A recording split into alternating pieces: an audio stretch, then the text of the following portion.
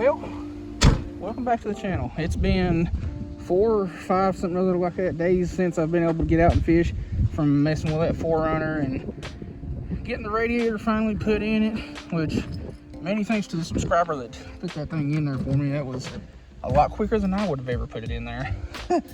But just making sure everything's locked up here because we're in a spot that's well out of view from a lot of people. So anyway, 4-runner should be good to go. Should have it back out on the road tomorrow. Just kind of drive around a little bit, make sure everything's good and sealed.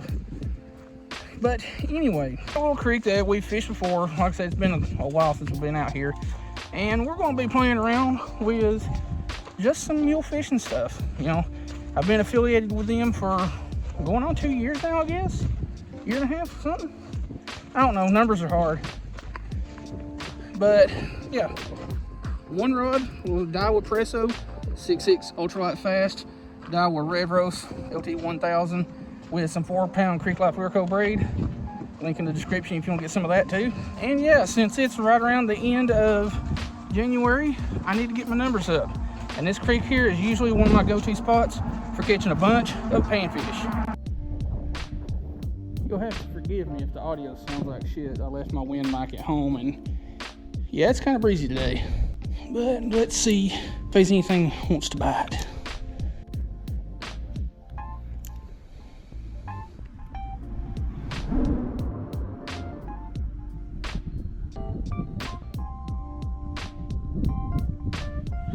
Hey, we got something there. What's our first fishy? Our first fishy is a little bass of sorts, and I believe, yep, little spotted bass. Micro little tongue patch there. Pretty color for such a small fish. I mean, you know, the water's warmed up a little bit, so they're not as pale as they were. Let's get you back. If you're new to the channel, this is just my kind of thing. I do take out some big stuff every so often for catfish, carp, you know, decent sized bass every now and then. But ultralight has definitely taken over. We'll just go ahead and say it. But you know, you catch into a decent sized fish. There's another little bass fish. Catch into a decent sized fish on ultralight gear, it's just that much more fun. But not for long. A little bit bigger than our last one. You know, people wouldn't think too much of these little bass, but on the right rod, that right there will feel good. Get you back. Oh, I am apologizing for that one, because that sounded like belly flopping off of the high dive. Ouchie. Hey. Stay on, stay on. We gotta say either a stripe shiner or a common shiner. I'm pretty sure that's a stripe shiner. It's got the characteristics of one. I'll investigate that a little bit later and identify that properly. But yeah, we're just using some mule baits today. The one we're starting out with is a, let's get over here in the light so you can see it better. It is a 1/64 ounce chartreuse mule jig with a 1.2 mule minnow. These things are insanely durable. They will rival Z-Man baits as far as durability goes. And I'm not saying that just because I'm affiliated with them. I'm saying that because these videos popping up on the screen here are proof of the durability, so I'll link those in the description so you can go check them out. I missed one there. But yeah, over the course of 3 days, caught 100 fish on one bait. What we got here? Chill. Looks like another common or striped. I'll just take a screenshot of my other one. And if you wonder why I take screenshots, pictures and all that, and if you're new to the channel, I have a logbook. Taking pictures is the easiest way to remember what I caught, when, and all that jazz. It's just a personal thing to see what all I caught, and how many of each species, how many new species, and just how many fish overall that I caught in that year. Ooh, that one hit it with some intent. But right up here above us, this little creek feeds into this, and there's almost always, you know, some shad or shiners or something like that right at the end of that little creek. What we got here? microscopic little bluegill. Alright, let's see if I can get you unhooked without needing my pliers. Yep. We do have a little bit of a breeze today, but no farther than I'm casting and presenting my bait. I'm not really worried too much about it, because this whole bank is just rocks like this, just working it real slow along. There's another one. Well, was another one, this little bass. But just working along these rocks and stuff, you get bluegill, shiners, bass, green sunfish, all kinds of stuff. And during the spawning for crappie, spots like this is where you'll find your crappie. Hey, you got us another bass fish. Not a big one, but it's the biggest fish of the day. Barely hooked. Barely hooked. Ugly, pretty little bass right yonder. Pretty. I'm also trying a different knot. Just using straight braid today, so I'm not really concerned with the leader material because these fish are obviously feeding. But I've got a loop knot tied on there so that the bait has a little bit more natural action. Not that you could really see it because of this braid being so fine. A loop knot gives bait, jig, whatever, a little bit more movement instead of just being tied straight to a line. It's got a little room to wiggle and slide and twist and all that. What do we got? Got us another gargantuan bass fish, and that's a spunky little turd. That right there is the reason they won't let me fish the Elite Series and all these big bass tournaments and all that. And pros can't handle this. They can't hang with me.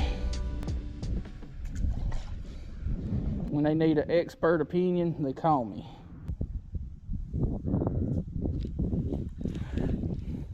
Are you hooked, or are you just holding on? No, you're hooked.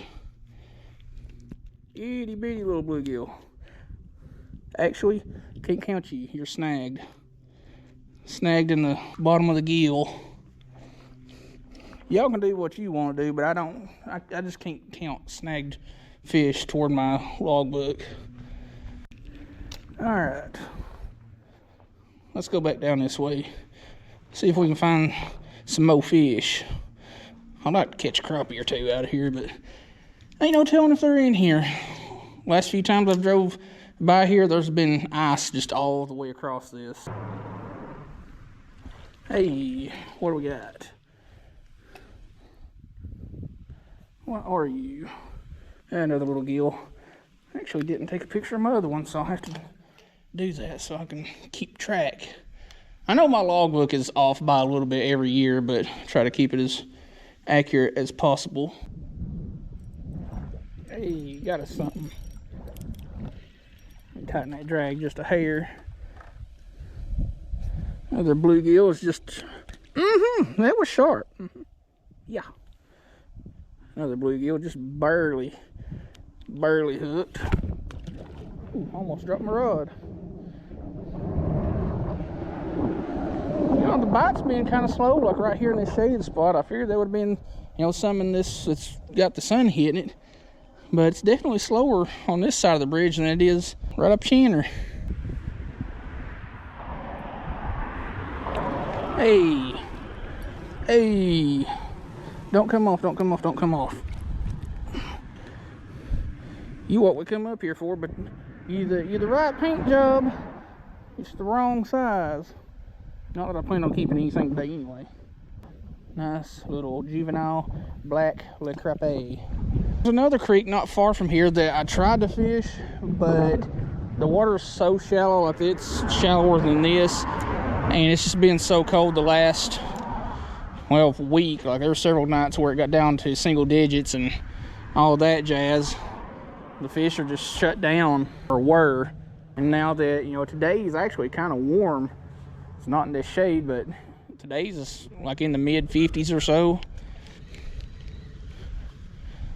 It's actually kind of warm out. Quite comfortable. Little blue of the gills.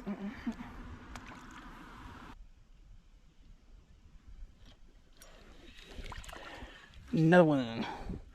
Another Gilbert. Little micro one. Yeah, my hands are covered in RTV sealant and stuff like that from where I worked on my 4Runner this morning, sealing some stuff off that needed to be sealed up. And so, did I get a picture of my last two? I know that one I didn't. I got something down here along the bank. Found a warm spot with another monster, El Gigante. Whew. Should have bought a bait rag down here.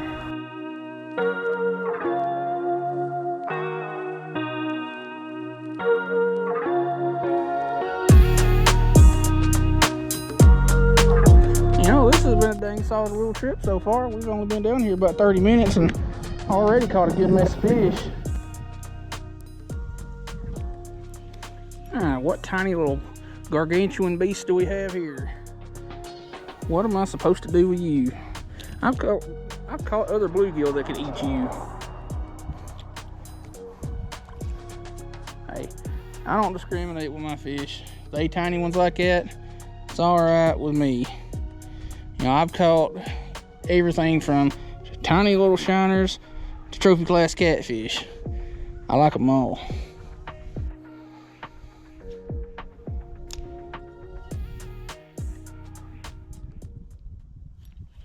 Ooh, as soon as it hit the water, something grabbed it. Fine specimen of a gill. You know, I'll take these little things like this all day long. If I get into them in numbers, it's fine and dandy with me. Cause I am a numbers angler. If you're new to the channel, that's just how it is. I'm a numbers angler. I'll take a mess of, 4 or 5 inch bluegills all day long over sitting all day for one bite from a big catfish or a big bass. Not that I got a problem with catching either one of those, but I have a short attention span. You know, if I'm not getting bites or at least a catch or something within the first 15 minutes or so, I'm already thinking of finding somewhere else to fish.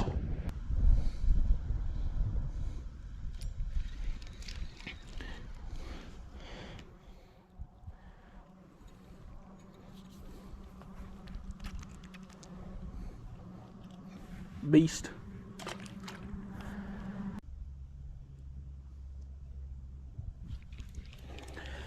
Whew, tell you what, I don't know what I'd done if I had didn't have this 4-ton steel cable on my reel to get this one in. There's a ton of them out there about this size, but they're just too small to get it down. I mean, that one didn't have any problem getting that little 1.2 millimeter. That's not a big profile bait to begin with, even for panfish, crappie style stuff.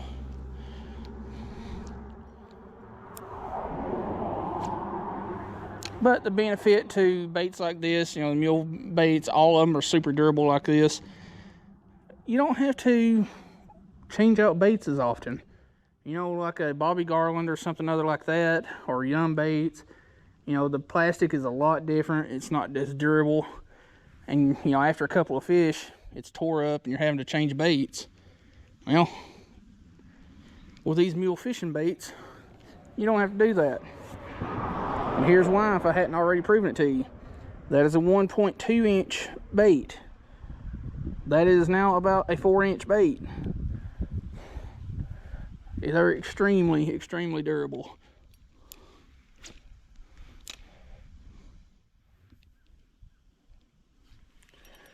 Another one. What are you?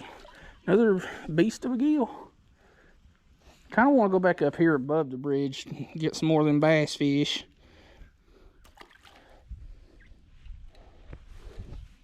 I think we'll do that after we catch one more down here.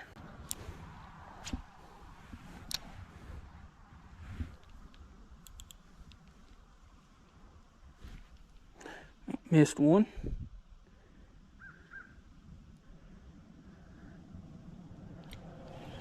Didn't miss that one.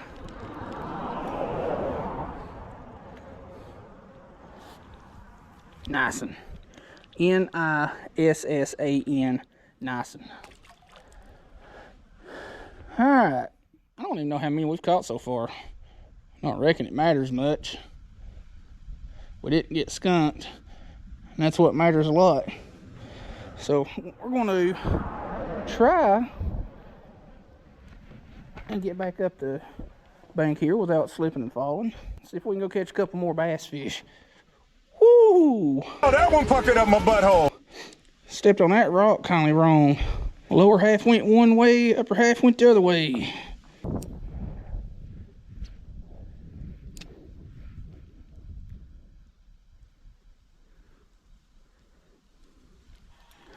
What do we got?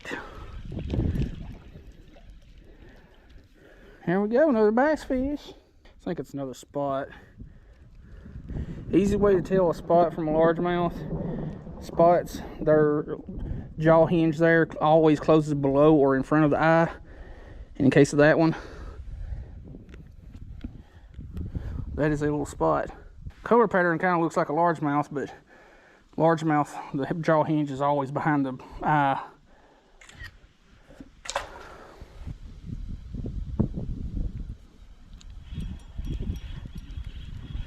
What you got, huh? Another bass fish. World record. In somebody else's mind.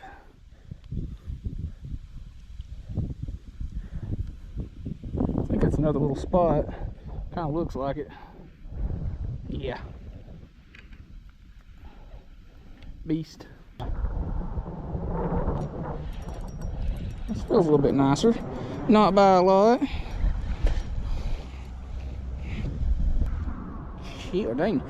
You might be the biggest of the day. You definitely got the gut for the biggest of the day. Nice. Alright. Let's go up here, take a break for a second, check on some YouTube stuff, and change out baits, and show you some other stuff to possibly order. I probably should have brought my camera tripod down here to do this, but wait on the car. That's part of bridge fishing. There's the bait we started out with, 1/64 ounce chartreuse mule jig with a 1.2 mule minnow. And this is what we're fishing out of. I mean, I've got my backpack up here with me just because I'm used to it. But this is the mule fishing tackle box. If you've never seen one, these things are super handy. The one side has a little foam pad where you can rig up baits or stuff that you just already have rigged up and cut off and put in there for later. The opposite side, I'm not going to open up because, well, maybe I will. Actually, let's do it this way. You got all sorts of little pockets that you can customize for jig heads, hard baits, stuff like that. I just use mostly soft plastics. You know, I've got my 2.2 mule minnows. I've got some Donkey Tail Juniors and 1.2. I forget what the color that is. I think it's Karma. Your green pumpkins, and then your Dakota Sunrise, which is kind of a Gene Bug purple kind of color. Then you got the Bronco blades. I got my jig heads in there, a couple other weights for drop shots and stuff like that. Dang nice little pocket size tackle box. I'm going to just put on a different jig head. And let's see, do I want to go with 1/32? No, we'll stick with 1/64. And with this braid that I'm using, it being super fine, Palomar knot is going to be your best friend. Even a double Palomar in some cases. Especially if you're going to, well, not a double Palomar for a leader material, but Alberto knot or a double uni knot is going to be your best friend. And what do we want to go with? I think what we'll do is take one of these Donkey Tail Juniors. This one's kind of janked up from where I had it sitting in there, but it's a little 1.2 Swimbait. I believe that is the Karma color. We also have the option of the 2.2 mule minnow. It's the same thing, or same profile as the one. It's just a 2.2 size. 2.2, but in the, I forget, but we also have the horsefly. Hopefully y'all can kind of see that. It's got a bunch of different little appendages. You could use this in a pinch as a crawl pattern, but it's a little bug style bait, and I've got 3 or 4 different colors of that. So let's get down there and get some more fish. Put that up and I almost forgot. I need to put that back in there. So that's what's super handy about this. You could use this as a fly box if you wanted to. And these baits right here are the bigger 3.2 mule minnows, which I don't use a lot. and that one kind of come in contact with that other bait and it's melted, but it's still usable. You definitely do not want to let these baits come in contact with other baits because they will melt.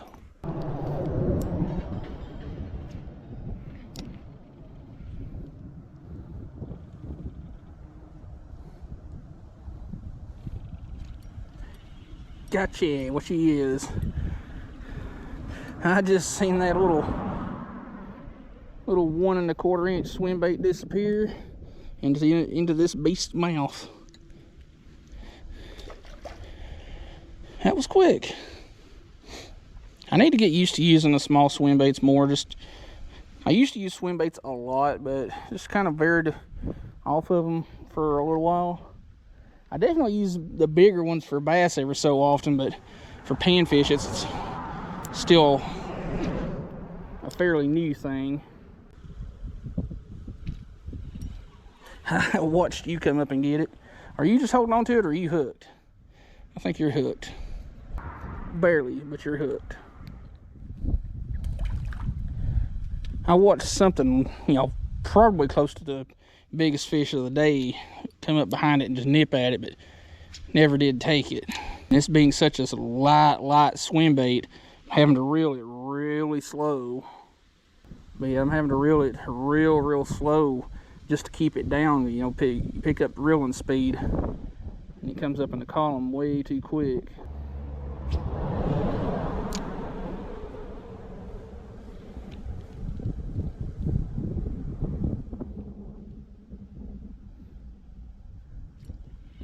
Got something here. What you got? What you got? Another little buck bass that got off. Well, he got off and got back in the water. We did come in contact with him, so I guess I need to get a picture.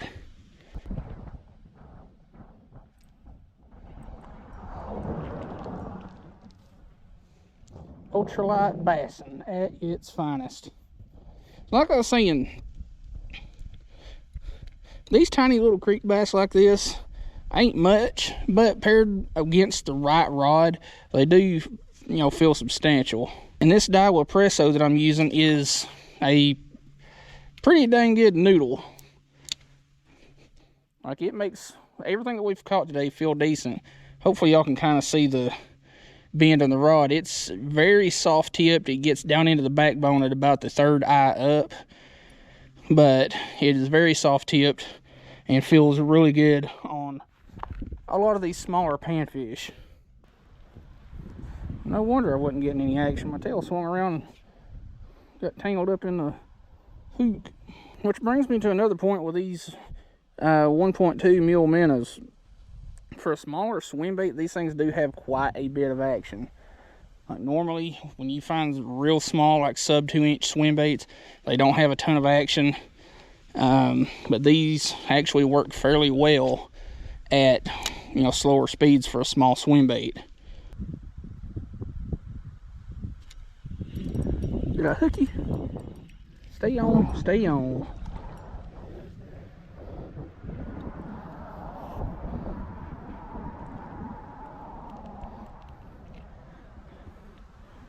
Another beast, another El Gigante.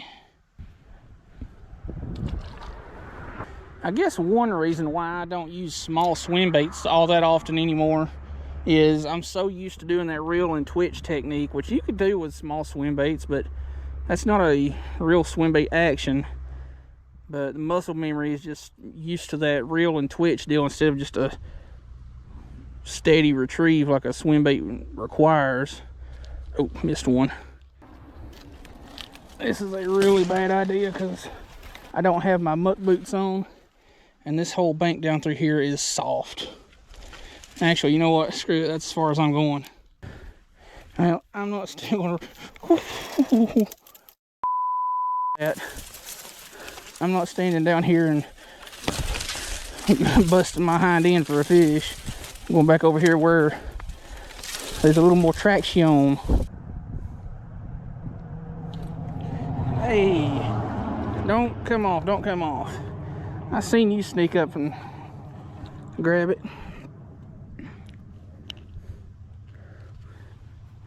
That one's a pretty one. He's got a lot of silvers and stuff in mixed in with the greens and browns on his back. Nice one.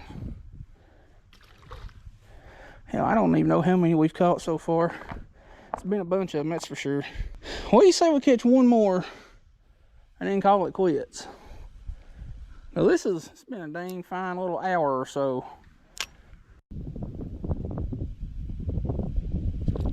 Gotcha. Stay on, stay on. Tell you what, this is one of the hottest little creek bass bites I've had in a long time, especially at this spot.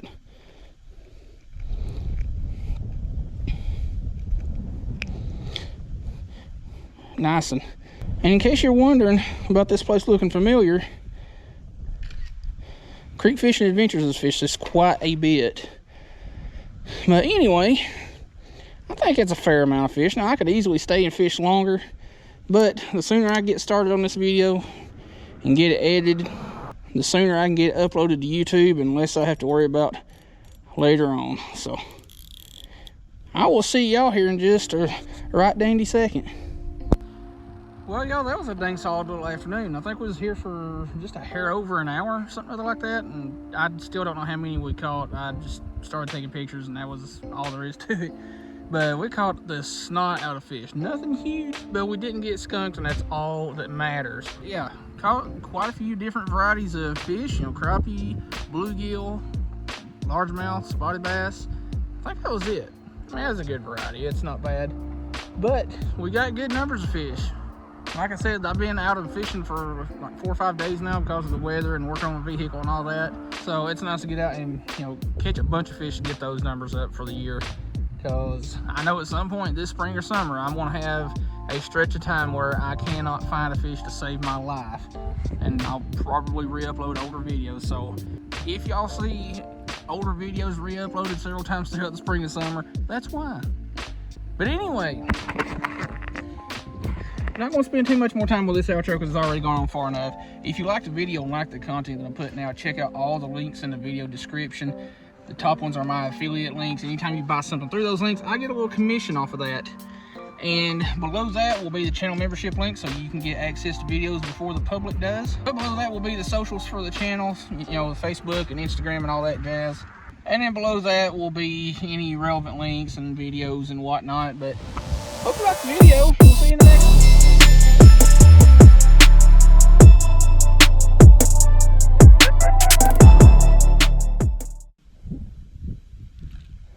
Come on now, y'all didn't actually think that I was going to not try to catch another one, right? Y'all know me better than that. This one is going to be the last one of the day, though, because they're getting smart, and the really small ones that I can't hook are getting dumber and hitting it more. So, yeah. Last one of the day. The actual last one of the day.